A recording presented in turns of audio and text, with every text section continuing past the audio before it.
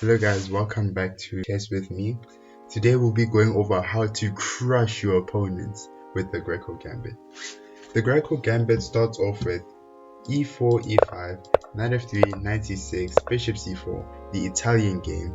Your opponent plays bishop c5 and you play c3.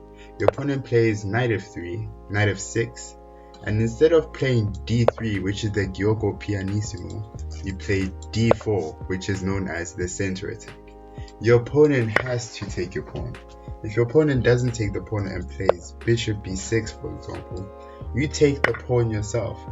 And then your opponent takes on e4 thinking he has this fork on f2, but after queen d5, you have a fork on your opponent's knight, and checkmate on f7. So your opponent could play like a desperate attempt, for example, bishop takes f2 check, but after king e2, your opponent will be losing a piece and will have to be going back to b6. This position is +4 for white. So meaning your opponent has to take the pawn on d4. You take back. To save his bishop, he will play bishop b4 check, and you just develop normally with your knight.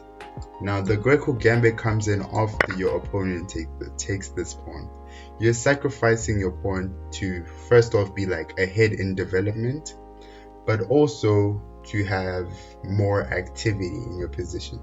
Right, you castle first. If your opponent takes with his knight, he is immediately losing. Well, not immediately losing. He's only losing if he takes on c3. If he takes on c3, the position is +2.2. It's +2.2. The best move here is bishop a3. Just disabling your opponent from castling and keeping his king in the middle.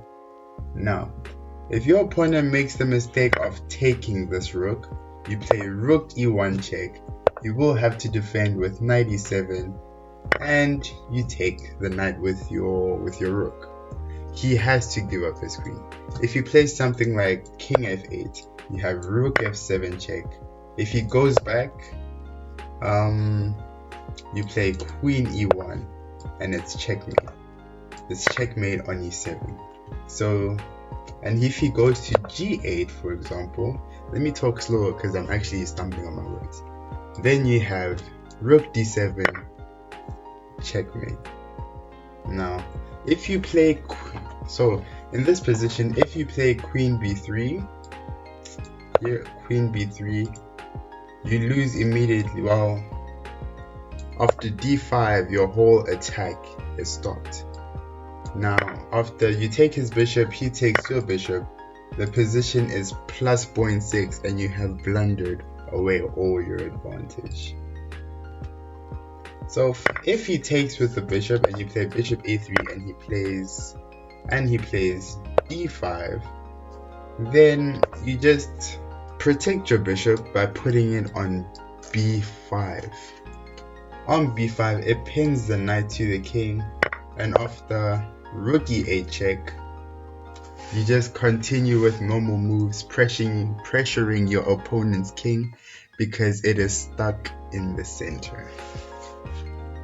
Now for the only defense against the Greco Gambit. So if you're playing black and you ever face the Greco Gambit, the best move is to actually take with your bishop.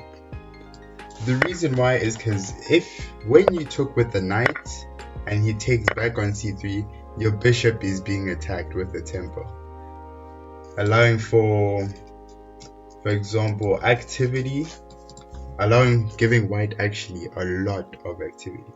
So you have to take with the bishop. He takes back and you play d5, blunting white's attack. As you can see, there is now no eyes on f7. Rook e1 is no longer a check because your knight is safeguarded here. He plays bishop d3.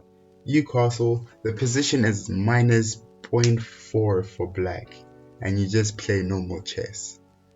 And yeah, that is how to crush your opponent with the Greco Gambit and its refutations. Keep in mind, this only works for beginners maybe early intermediate, some actual intermediates blunder this as well. And yeah, that is a new gambit to your repertoire. We will end the video off by giving a puzzle of the video to the viewers. If you know the solution, comment it, type it down in the comments. And thank you for watching today's video. That was Chess with me.